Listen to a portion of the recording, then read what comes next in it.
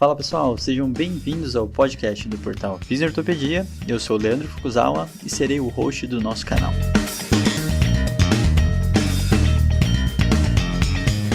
Esse podcast tem como função ressignificar o papel do fisioterapeuta em tempos modernos.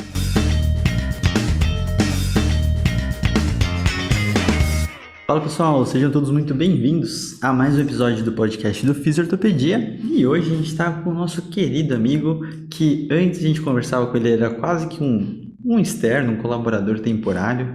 Agora ele faz parte da nossa empresa, contratamos o passe de Guilherme Paiva. Tudo bom, Gui?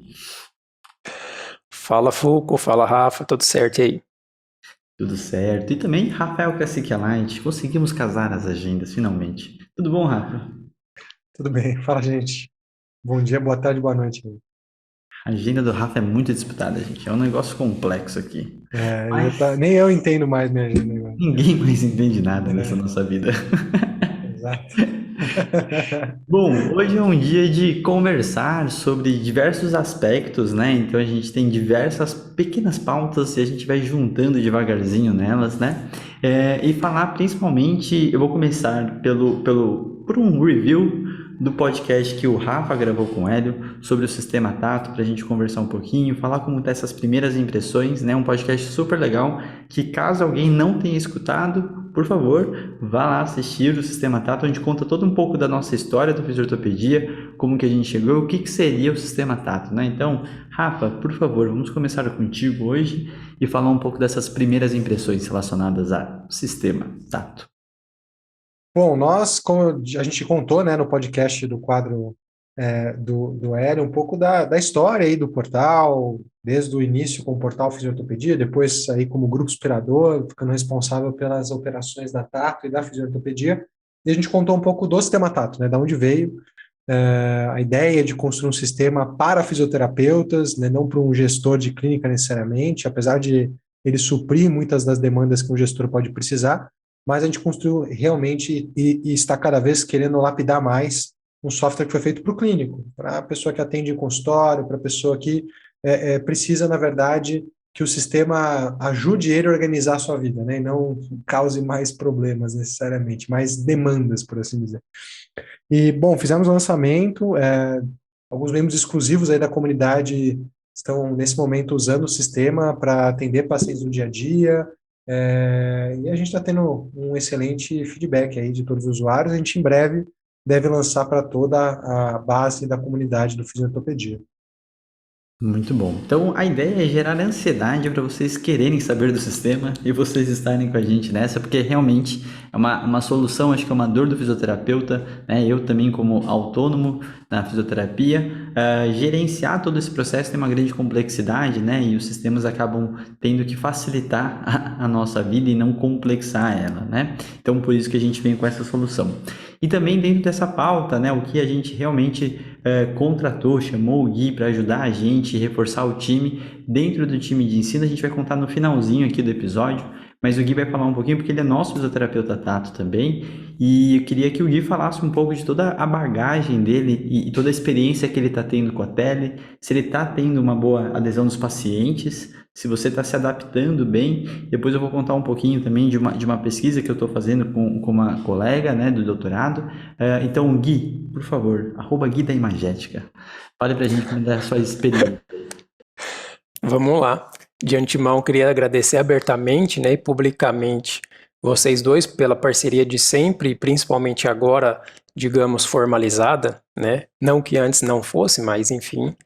E agora é um desafio, porque quando a gente pensa em trabalhar com pares, cada um principalmente com a sua forma de atuação, a gente encontra alguns pontos aí que são desafios, né, nessa jornada, mas eu acho que um desafio bom, principalmente quando a gente levanta na história esse nosso processo de atuação como fisioterapeuta, em que a gente começou a ser muito mais um agente que precisa ser pensante e desafiado a interagir com uma pessoa em prol de um objetivo, E hoje a gente tem que fazer isso, ou pode fazer isso, através da tele, né? Através de uma forma digital e remota.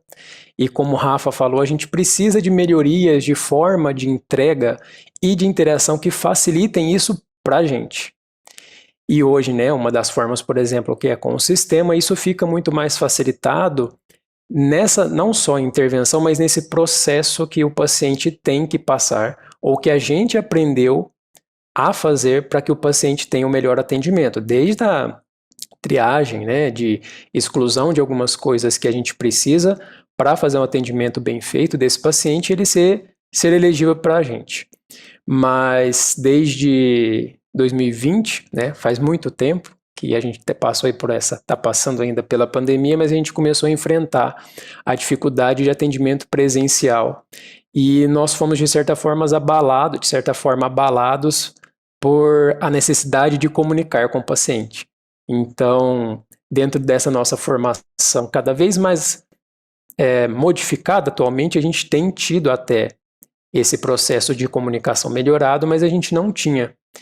E eu acho que o primeiro desafio que a gente pode elencar e pode trazer que tem sido é justamente a comunicação com o paciente de forma efetiva para o entendimento do paciente, né? Então, hoje, assim como desde quando eu me formei, que também não faz tanto tempo assim, mas há 8 anos, eu já não tinha tanta dificuldade, talvez, se a gente pode dizer assim, de me comunicar com o paciente, que eu conseguia traduzir bem o que a gente aprendia e o que o paciente conseguia entender disso, em benefício dele.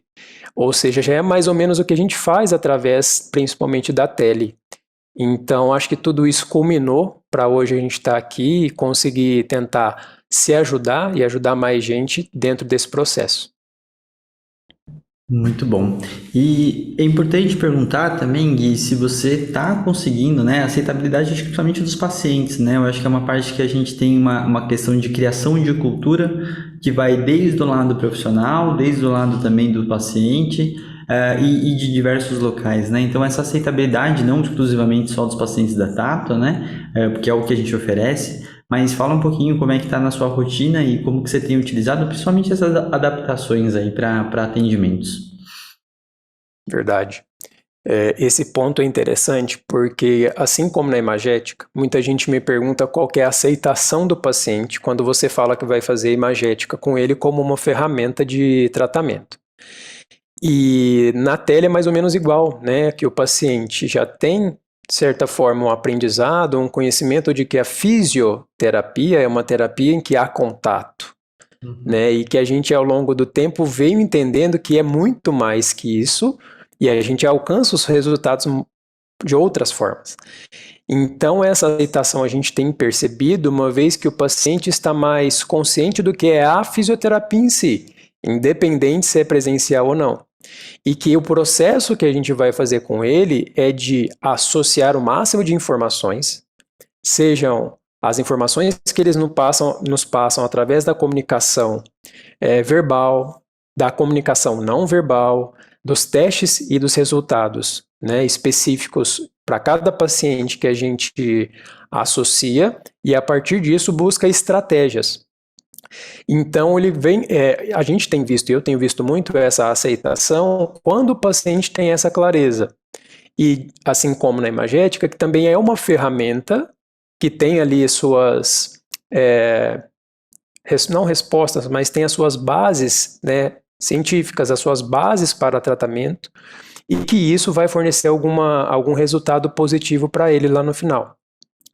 Então eu tenho visto não só a aceitação, mas também os pacientes até divulgando, né, informando outras pessoas que a fisioterapia tem essa forma de atuação e potencialidade, justamente por conta dessa transformação, em que a fisioterapia passa de ser técnica, se transforma em uma profissão muito mais abrangente no sentido de intervenções, de possibilidades, e esse casamento no final do terapeuta com o paciente em prol de um objetivo comum e que abrange várias dessas estratégias que não são só as físicas, né? Uhum. Muito bom. E aí, até dando um certo spoiler, né?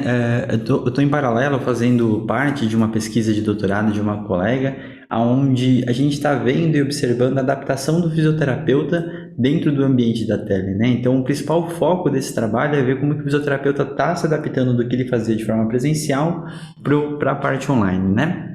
E aonde que a gente quer chegar com tudo isso? Eu acho que isso é muito importante. Eu acho que o que você falou, principalmente em relação à parte técnica, né? O fisioterapeuta ele é formado baseado em grandes ferramentas, em grandes técnicas da fisioterapia, e naquela hora você já começa a pensar em algumas problemáticas de como que eu vou fazer aquilo.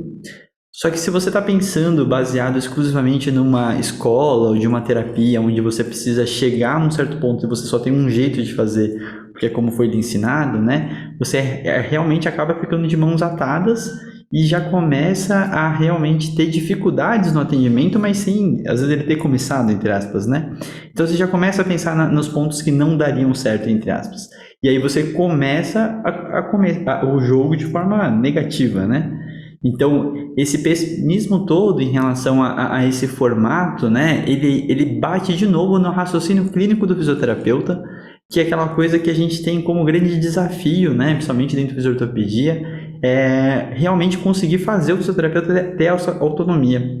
Recentemente, né, a gente encontrei com algum fisioterapeuta que é da plataforma Star, e ele fez um elogio que eu fiquei super feliz, assim. Ele é um moleque que não se formou ainda, a gente conheceu ele no congresso lá na Bahia, o Rafa estava junto, né, ele acompanhava o nosso trabalho, e ele falou assim, cara, é muito legal o curso de vocês, a gente não tem muita resposta, no sentido de não vem nada pronto, né, e ele falou assim, porque eu me incomodo que os meus professores ficam dando um monte de regra que a gente não consegue decorar e tudo mais, né? Então tudo isso tem a ver com a questão de raciocínio clínico que a gente chama, né? Que às vezes também parece uma certa entidade, né? Então, já vou deixar você falar, Gui. Agora as pessoas sabem que você levantou a mão.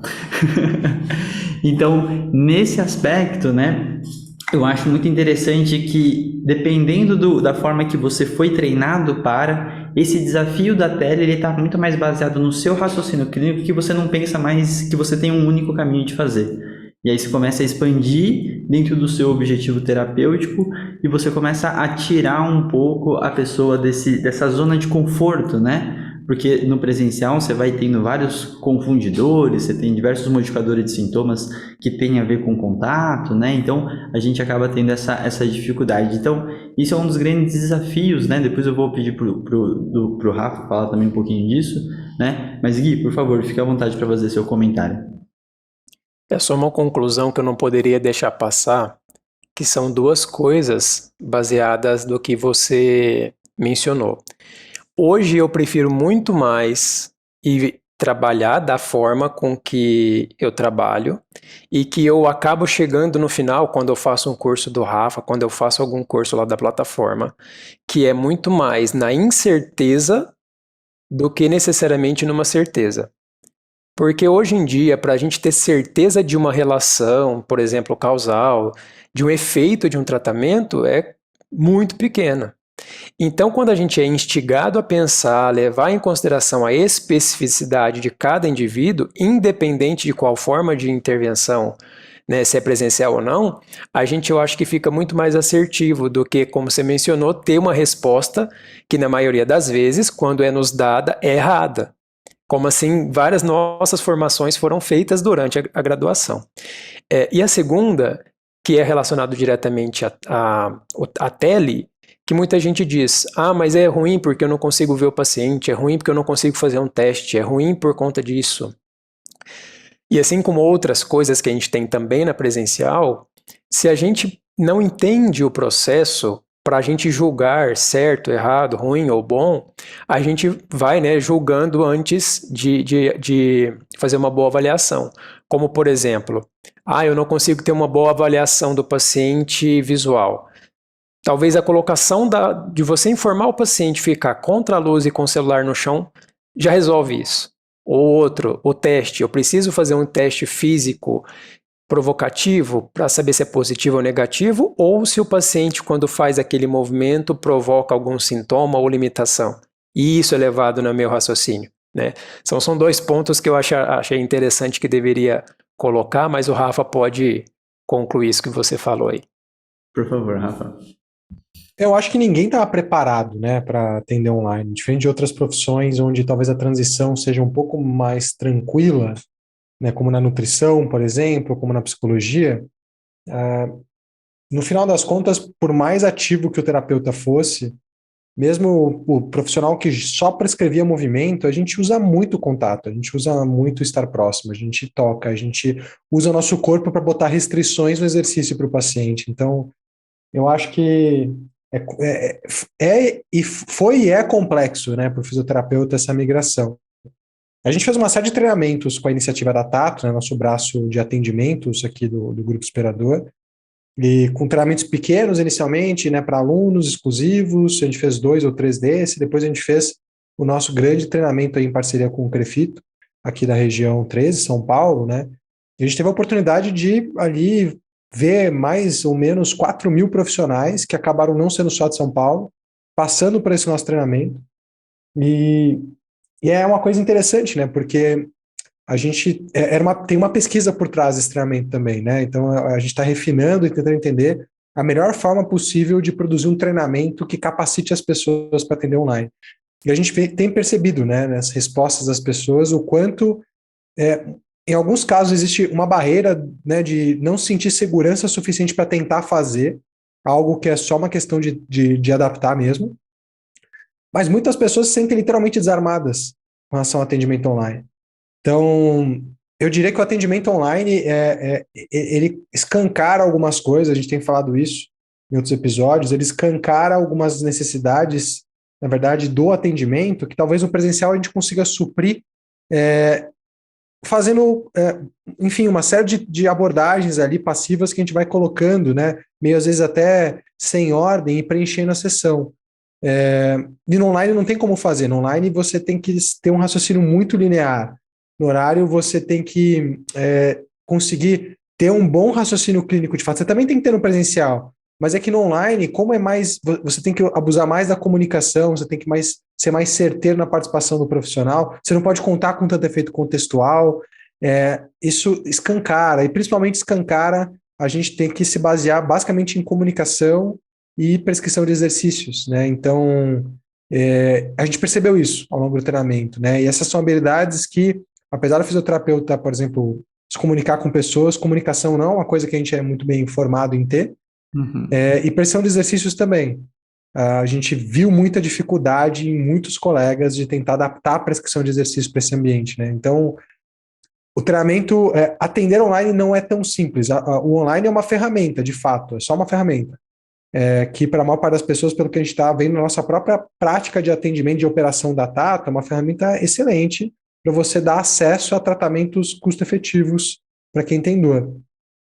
Mas é um desafio transformar uma profissão que foi treinada, capacitada para ser muito próxima, atender muito de perto, para fazer isso à distância, né? A gente tem vivenciado isso aqui, acho que o treinamento, esse nosso grande treinamento aí para 4.000 pessoas, ele, assim, trouxe isso muito claro para a gente também, né? Perfeito. E eu tenho respostas muito interessantes, né, nessas entrevistas que eu tenho feito e visto como que as pessoas têm se adaptado, porque ele, assim como o Rafa falou, ele escancara, na minha opinião, primeiro o real entendimento do modelo biopsicossocial, o quanto de crenças limitantes que as pessoas ainda têm, principalmente quando eles não conseguem, por exemplo, fazer uma palpação. Falar assim, bom, aí eu fico menos confiante porque eu não consigo palpar tal estrutura. Então eu não consigo detectar. E aí nessa hora que eu acho que é importante trazer um pouco, como que a literatura traz em relação a esses aspectos, né? Os testes de palpação, eles não são tão confiáveis quanto a gente fala, né? Então a gente às vezes está se segurando muito em pontos que a literatura também não foca que seja aquele nosso foco terapêutico, né? Então você está se sentindo limitado por uma parte que não é tão bem evidenciada, né? E aí, assim como esse processo de você conseguir fazer, ou como a Rafa falou, a prescrição de exercício, você entender que não vai ficar naquela questão de correção do movimento a todo momento, né? Toda essa subjetividade no movimento, do que a gente fala de movimento bom, ruim, a gente fica naquela tentativa da tele fazendo, e aí eu comecei a perceber que muita gente começou a desapegar disso. Porque uma das perguntas que eu faço quando as pessoas estão me contando a adaptação dela, eu falo assim, cara, mas e você acha que se você tivesse presencial nessa análise do movimento, mudaria o que você falaria, prescreveria para esse seu paciente? Você acha que você mudaria ou melhoraria o paciente mais, né? Então, assim, você se sentiu limitado de não melhorar ele por causa disso? E grande parte das respostas é não. Então, assim, eles começam a perceber, né, e talvez seja um momento até de reflexão durante essa entrevista, onde eles percebem que mesmo não tendo todas as ferramentas que eles diziam essencial, mesmo não tendo, o raciocínio se mantém numa coisa muito próxima, né? Então, nessas horas é o que eu falo, tem que ter um conhecimento básico, e eu acredito cada vez mais que a tele, principalmente com o modelo biopsicossocial, se eles estiverem bem alinhados, a pessoa consegue desapegar mais fácil, né? Porque não vai estar tão preocupado com as questões estruturais, uma questão de um déficit aqui, um déficit ali, né? Porque as pessoas às vezes falam assim, eu não consigo observar a força desse paciente, né? E aí naquela hora fala assim, cara, mas aí o cara vai fazer uma avaliação manual, por exemplo. O manual, se você não tiver um dinamômetro, ou o cara tem uma discrepância muito grande, ou realmente você não percebe, né? Então, você começa a pegar aquelas coisas que estão enraizadas na nossa profissão e começam a perceber que isso talvez não sejam os maiores diferenciadores de conduta ou de intervenção, né?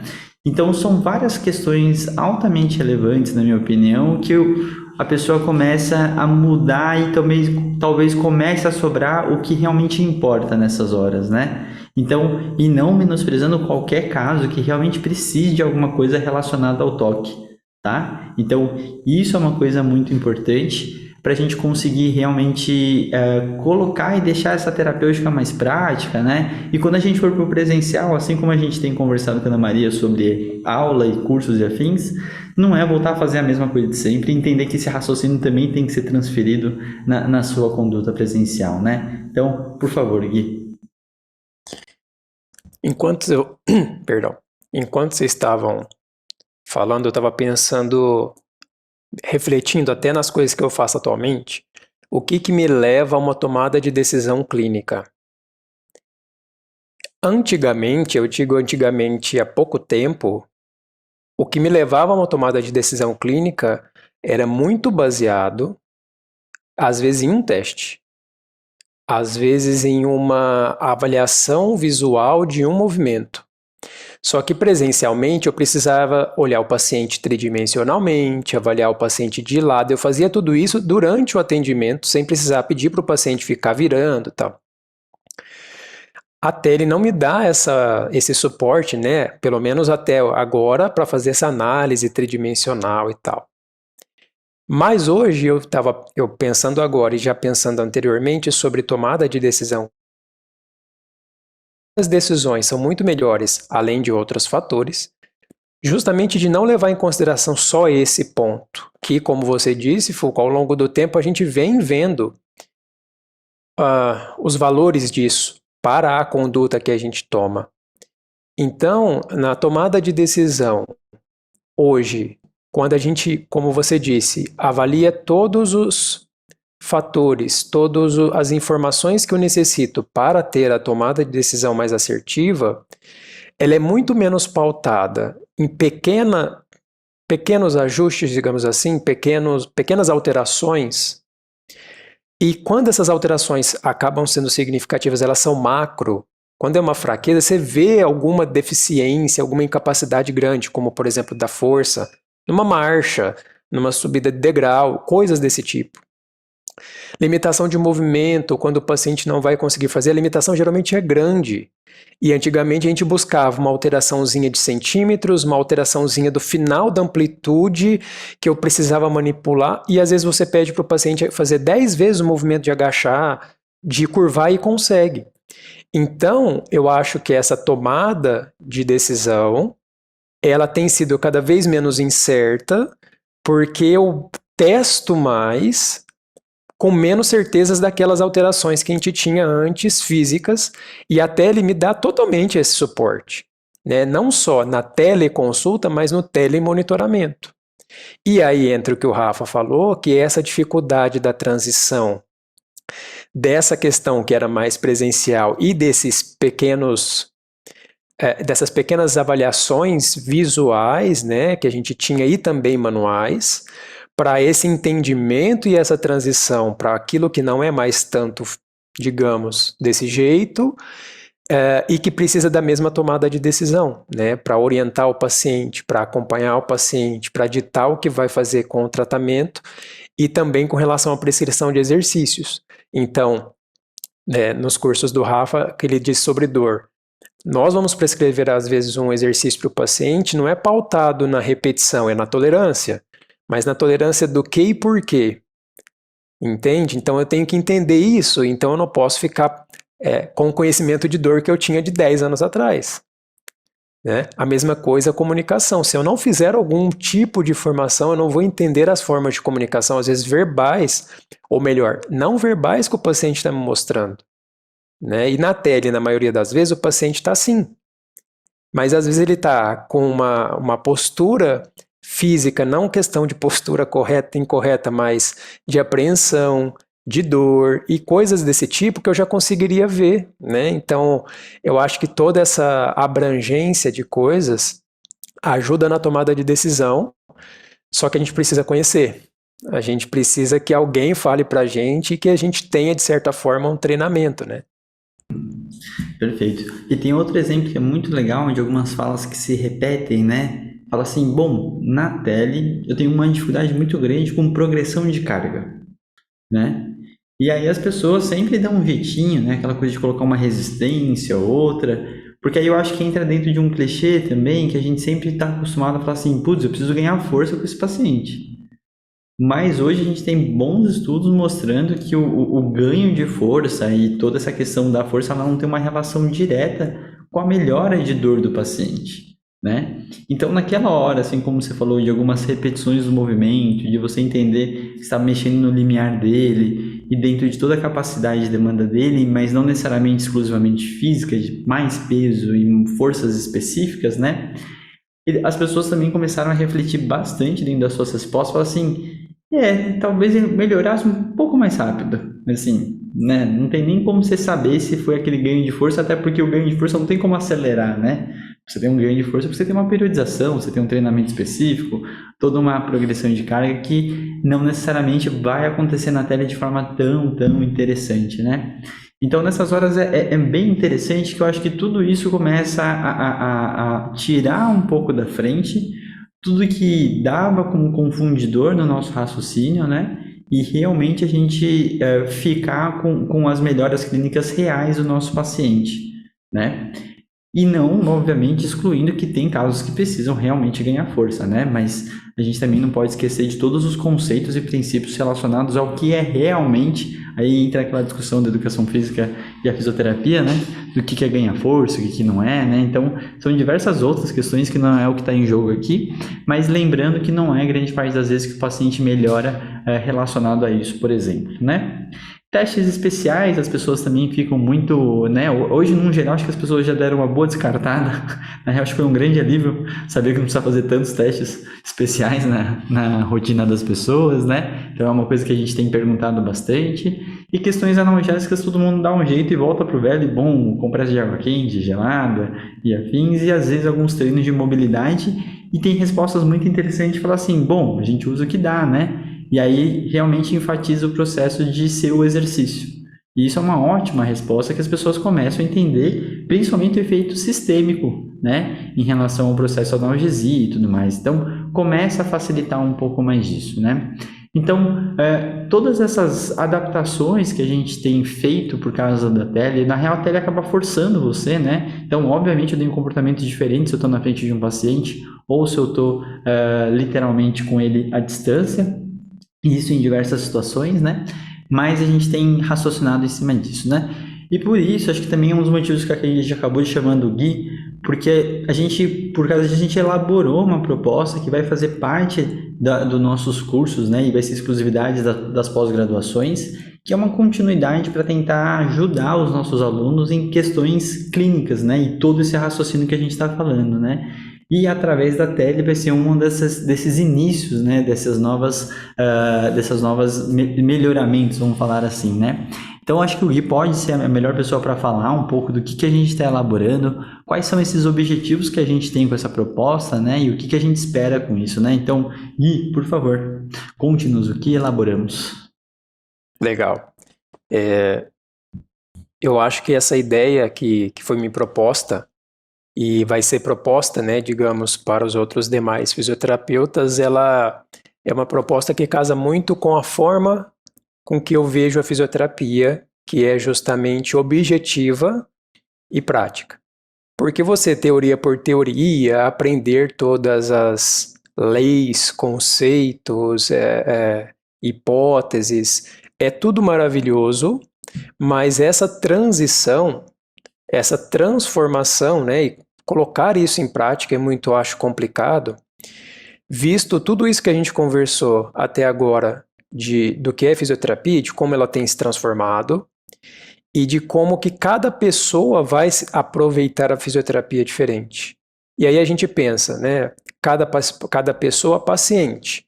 Então, como que cada fisioterapeuta vai entregar isso? Existe, digamos, um nível comum de entrega da tele que vai ser mais assertiva no sentido de atingir mais esses objetivos do paciente? Aos poucos a gente está galgando e vendo que sim, não existe, né, um consenso, mas que sim. E a ideia justamente desse treinamento, de fornecer em prática para os fisioterapeutas colocar esses conceitos e teorias e discutir entre nós essas dificuldades, essas especificidades, é o que eu acho que casa interessante com essa minha ideia e com isso que eu vejo na fisioterapia tendo necessidade. Então, esse treinamento, essa qualificação, justamente tende e quer fornecer para os fisioterapeutas não só essa transição da teoria para a prática, né, com casos reais, para que isso seja realmente feito ali de forma verídica, mas também que os próprios fisioterapeutas reconheçam as suas dificuldades, vejam com outros pares como que a gente pode lidar com isso, né, e aprimorar no final de tudo isso a nossa tomada de decisão.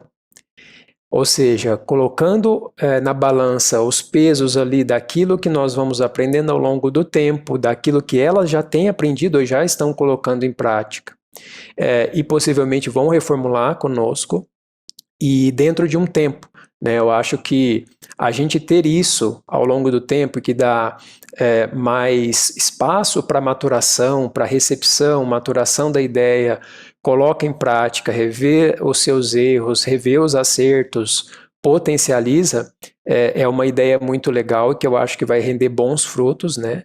E o fisioterapeuta que saiba ou que consiga aproveitar isso, vai colocar em prática uma fisioterapia muito mais eficiente e que vai se transformar ao longo do tempo, né? E na minha expectativa por uma transformação mais positiva e cada vez mais assertiva com tudo isso que a gente já vem colocando e treinando há algum tempo. Perfeito. E eu acho que a grande real também, junto de tudo isso, é conseguir aumentar um pouco desse senso de comunidade que a gente quer criar na fisiortopedia, né? Deixar e fortalecer o peer learning, como o Gui falou, essa questão de aprender com pares, com pessoas da mesma profissão. E a gente que vai estar comandando isso vai ser um grande aprendizado, né, Gui? Porque esse momento que você está vendo outras pessoas atuando, ele mexe bastante para a gente conseguir realmente elaborar junto com a pessoa de formas diferentes, para não impor também como eu faria, né? Ao mesmo tempo que muitas vezes essas pessoas conseguem e ficam felizes, satisfeitos quando a gente conversa com alguns deles, a felicidade de falar assim, puta, o que eles falam em aula, eles aplicam realmente com o paciente e dá certo, né? Então foi muito interessante que eu estava no encontro ao vivo esses dias da pós-graduação, aí uma aluna falou que atendeu uma paciente que já tinha passado por mim e ela falou assim, nossa, foi incrível, porque ela sabia de tudo sobre dor e ela não tinha que desmistificar mais nada sobre por ela, e ela literalmente só veio para fazer uma liberação, um alívio de dor rápido, e ela não tinha nada ainda muito específico do tipo para trabalhar. Então ela falou assim: nossa, vocês realmente conseguem fazer isso na prática, né? Foi engraçado. E ela falou assim: nossa, todos esses relatos, né? A gente também fica feliz que o paciente realmente conseguiu transferir e alguém conseguiu perceber, né? Então acho que é legal, Gui, deixar de forma bem clara assim pra gente todos os objetivos e até o formato que a gente vai fazer dentro desse treinamento. Lembrando que ele vai ser exclusivo para as pessoas que terminarem nossos cursos de pós-graduação, para a gente realmente conseguir ter mais contato com os alunos e ter atendimentos reais dentro de todo o processo, né, Gui? Então acho que é legal tanto listar os nossos objetivos, um pouco do formato deles que a gente está preparando, e obviamente a gente vai aprimorar tudo isso conforme a gente for encontrando os primeiros desafios aí. Então, por favor, Gui. Não estava conseguindo tirar o mudo. Aí, agora sim. Muito bem. Eu vou ser bem objetivo, mas nós temos 4 objetivos principais, né, que nós queremos trazer, e eu acho que é bem interessante isso que você falou, de ter uma construção ao longo do tempo, um refinamento disso. Então, o primeiro é justamente a transição da teoria para a prática e aplicar, né, os conceitos dentro da telereabilitação em que a gente já forneceu o treinamento teórico e colocar isso na ferramenta prática da fisioterapia online.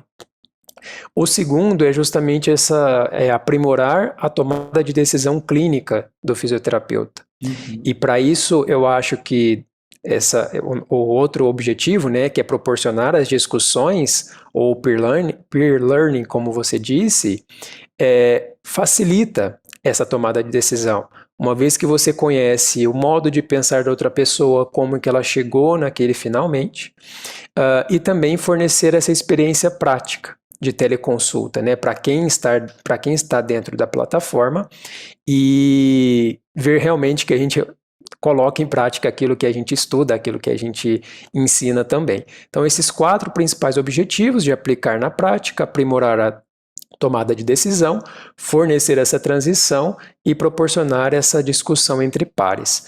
Nós pensamos nisso dentro do espaço de 4 semanas, com encontros semanais, um encontro de aproximadamente 2 horas, onde nós faremos não só alguns conteúdos específicos, mas também discussão de casos, né, e alguns materiais extras que complementam esse nosso conhecimento em comunicação, em atuação fisioterapêutica e assim por diante. Nós temos a certificação da carga horária e pretendemos fazer isso assim que possível com pacientes reais, para que todo mundo consiga atingir esses objetivos, aproveitar todo o conteúdo e posteriormente colocar em prática, independente de onde seja. Apareceu para mim. E nós pretendemos fazer isso com algumas ONGs parceiras, né? Então nós temos alguns processos em andamento para já finalizar e ter esse tipo de realização social, mas nós pretendemos, assim que possível, colocar isso em prática. Muito bom. E eu acho que a parte mais interessante, né, Gui, é falar que vai ter toda essa questão de segurança, vai ser como se fosse um estágio, de certa forma, mas da gente naturalizar um pouco essa questão de outras pessoas estarem olhando os atendimentos e a gente está discutindo e expondo as nossas dificuldades durante, né? Então, a gente quer que as pessoas realmente atendam pacientes com problemas reais, acompanhem esses pacientes por longos períodos, a gente vai dar toda essa assistência para a pessoa, e nessas horas um momento muito, muito bacana da gente conseguir ver se se o que a gente está ensinando está sendo conseguido colocar em prática pelos nossos alunos, né? E essa é uma das coisas que a gente vai ficar mais feliz, é uma prova também do nosso curso, então a gente está se testando para entender, e na real acho que nessas horas que a gente tem casos reais, todas as vezes que eu dou aula, sempre que possível, eu tento colocar um caso, tento fazer algumas avaliações ao vivo, de forma presencial ou remota, né? Mas que ele dê uma base desse raciocínio, né? Tudo fica muito mais fácil de se aplicar quando você vê aquele caso real, não fica aquelas coisas meio contadas sem pé sem cabeça, né? Então acaba sendo um momento super interessante. A gente está muito ansioso para entender como que vai acontecer, né? De a gente realmente conseguir mudar realidades, porque a gente sabe que muitas vezes nossos alunos, eles estão em lugares distantes, que eles não teriam a oportunidade de aproveitar e acompanhar outros atendimentos que não o deles, ou não tem um centro de referência em sua cidade para realmente conseguir melhorar a sua prática, né? Então, muita gente fica fechado. Eu recebi esses tempos bastante mensagens de pessoas, não sei se foi coincidência, mas de pessoas reclamando dos lugares que estavam trabalhando e procurando, sabe, assim, onde eu consigo ver outros atendimentos, né? E esse é um momento muito bom para isso, né? Então, a gente vai ter esse acompanhamento, a discussão vai ser principalmente baseada na questão da avaliação desse paciente, essa tomada de decisão inicial, quais são esses trajetos, e depois, obviamente, a gente vai acompanhar toda a evolução desses pacientes para a gente conseguir entender e dar um melhor atendimento que ele possa ter, independente da forma que a gente está entregando, né? No geral, acho que é isso. Rafa, não sei se você tem algum comentário em relação a toda essa nossa nova experiência aí. Acho legal você falar um pouco também. A gente está cortando mato aqui, né? Acho que a gente não sabe, ninguém sabe muito bem, na verdade, o que envolve uma boa capacitação em teleatendimento. E a gente está tentando já faz tempo, né? De novo, produzir uma série de treinamentos e ver como isso impacta a vida do profissional, se isso facilita ou não o uso da tele. E a gente está tentando agora trazer isso de uma forma sistemática, né? Acho que é legal ressaltar a ideia, né? A gente vai trazer pacientes reais de ONGs, então são atendimentos sociais que vão dar suporte a esse treinamento. E a nossa ideia, de fato, é ajudar os alunos dos nossos cursos de especialização a saírem não só capacitados nas suas respectivas áreas, né, nos cursos e sim que eles fizeram, mas conseguindo aplicar muito bem tudo que foi aprendido em termos de raciocínio clínico, em termos da especialidade que eles saem, num contexto de teleatendimento, né, seja de pacientes com dor musculoesquelética ou não, de dor como um todo. Então, é mais um desafio aí que a gente está se propondo a tentar fazer, porque, literalmente, a gente vive um país continental e não são só os fisioterapeutas que, às vezes, têm a dificuldade de acesso à informação e capacitação, né? Muitos pacientes também... A gente fala muito do excesso de tratamento, né, como um problema, mas a gente tem que lembrar que a maior parte da população brasileira não tem acesso a tratamento. Então, a gente vive um país com ambivalências nesse sentido. E acho que o treinamento, a capacitação em tele é uma forma da gente começar a quebrar essas barreiras e gerar mais acesso. Muito bom. Gui, palavras finais aí, por favor, fique à vontade para convidar todo mundo aí também. Legal. Antes só de concluir o convite, dentro desse processo todo, né, concluindo também um pouco o que o Rafa falou, o que você falou, Foco, eu tenho esse papel dentro da Quali, dentro dessa aproximação e guia, né, dos fisioterapeutas, mas também eu tento ver de uma forma muito mais observatória, digamos assim. Ou seja, tudo aquilo que ao longo do tempo, né, eu fui tentando fazer como clínico também, como pesquisador, era observar, para ter o máximo de informações possíveis, para ter não muitas ações, mas pelo menos uma que fosse mais indicada, mais assertiva e assim por diante.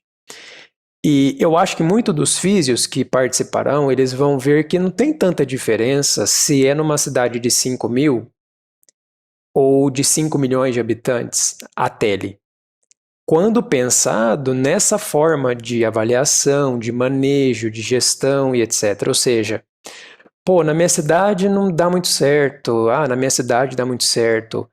Mas quando a gente fala desse tipo de tecnologia entrega, não está limitado à cidade. Está limitado à conexão com o paciente. Então eu creio que isso é algo muito interessante da gente já começar a trabalhar antes até do começo propriamente da Quali, de observar mais e a partir disso, né, nos observar e observar o outro e pensar no bem comum, que é o final lá para o paciente. Porque, como eu já adianto, eu não vou estar sempre certo, eu não acho que eu tenho que estar certo, mas eu tenho que estar atento para observar todo mundo e falar o que vocês acham desse caminho em relação ao outro, né? E é bem isso que a Quali também visa proporcionar.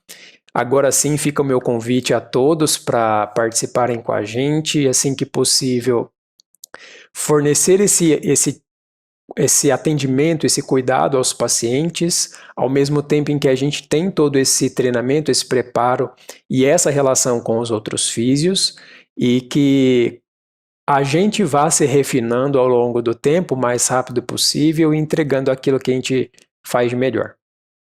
Muito bom. Então, Gui, ficamos muito felizes de ter você no time oficialmente, né? Rotineiramente. E a gente espera realmente que isso dê ótimos frutos. Então, lembrando que ele é exclusivo para quem é nosso aluno da pós-graduação. Então, após o término, as pessoas podem fazer e não vai ter um time específico, até porque o número é limitado inicialmente, até para a gente entender qual que é todo o fluxo, né? Então, tudo isso são coisas importantes de lembrar. Então, os nossos cursos de pós-graduação, agora para o segundo semestre também, já vão começar em breve a serem, as inscrições vão estar abertas, né? Então, fiquem super à vontade. E em breve, com certeza, a gente vai trazer as experiências do Gui Paiva com toda a qualificação do fisioterapeuta, todo esse treinamento. E eu espero, com certeza, que a gente tenha ótimas histórias para contar. Então, a gente fica por aqui hoje. Gui, muito obrigado. Rafa, muito obrigado. A gente se vê no próximo episódio e valeu!